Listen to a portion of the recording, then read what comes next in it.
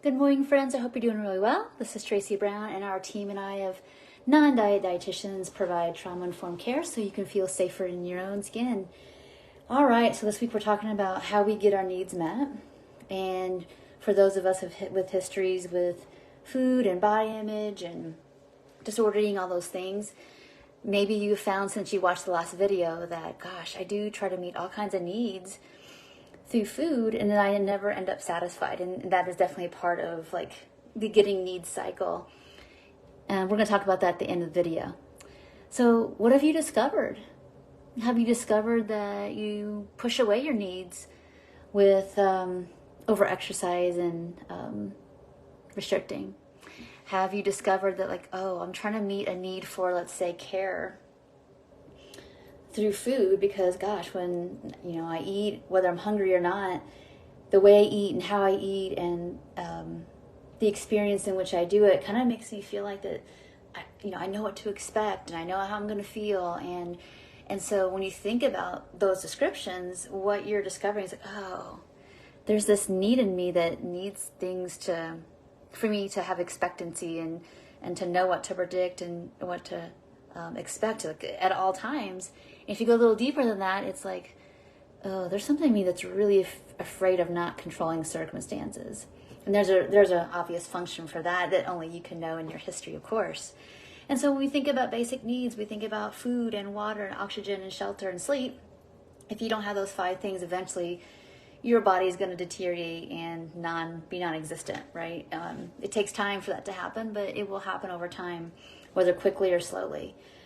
But let's say that you've got your basic biologic needs met, but that's not the end of the story, right? Like, people also need safety, like a relational safety, physical safety. We need connection and a sense of belonging. We want that at least, right? From some source. And eventually, as you keep going up the chain here, there's going to be self-actualization, having a purpose. I mean, I'm making it pretty short and simple, but you can look, there's lots of things online about needs, whether it's a biologic need, but also just this need for our emotional needs, or our mental needs. This deeper need to feel like that any of this being here has a point, basically. Those are just drives that we have. And so a lot of times when those needs aren't met, or we feel that they're not going to get met, so it's almost like, well, whatever, I'm on my own. Or maybe it's, I'm trying to get those needs met in all the reaches I can, the best way I can. Or it could be looking for the substitutes, the faux safeties, whatever that means, right? And a lot of this is driven by our beliefs about ourselves, and our beliefs about ourselves are formed by experiences in our environment, all right? So if you're having, and also I'll keep it really simple, a lot of us live pretty busy lives, and the pace of Western life and culture is very fast, and a lot of times we don't even know that we have a need to move a little slower. And so sometimes the only way we get some slow down time is when we're eating, and it feels like sometimes you can kind of extend time. If you're really present, you recognize sometimes how quickly an hour goes. But if you kind of check out a bit with food, it feels like you kind of get lost for a while and time suspends. It's a strange thing, but it can happen that way too. So again, just be curious. What needs are needing to get met? It could be, I see this a lot. I would say 50% of the time people are really clear, like, yeah, I don't have any joy or fun in my life. It's all work. It's all tending to other stuff. I don't know how to have fun or have joy or be vulnerable to let love and care and connection in. So the only thing that feels safe around that is to either not feel anything at all, which is to restrict, or just feel something and be grabbing and reaching to take that in. So the only way we learn how to do this is to, 1, decide that maybe that's a good experiment to take. 2, create experiences and circumstances where it feels relatively safe enough to slow down.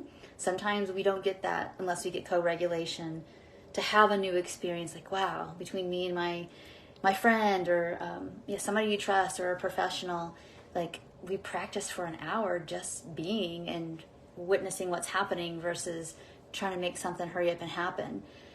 That's a surefire way to like actually override and miss some stuff in your recovery as well.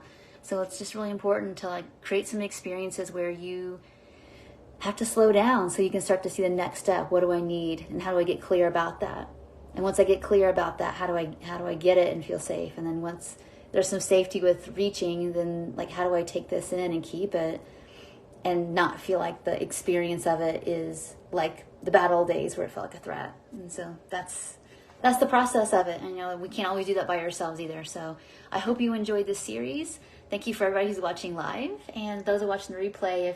If any of this is feeling resonant, put emoji below, just so I know, like, oh, that language is making sense to me. Or maybe you needed something different, and write that down below too. Hope you're doing really well.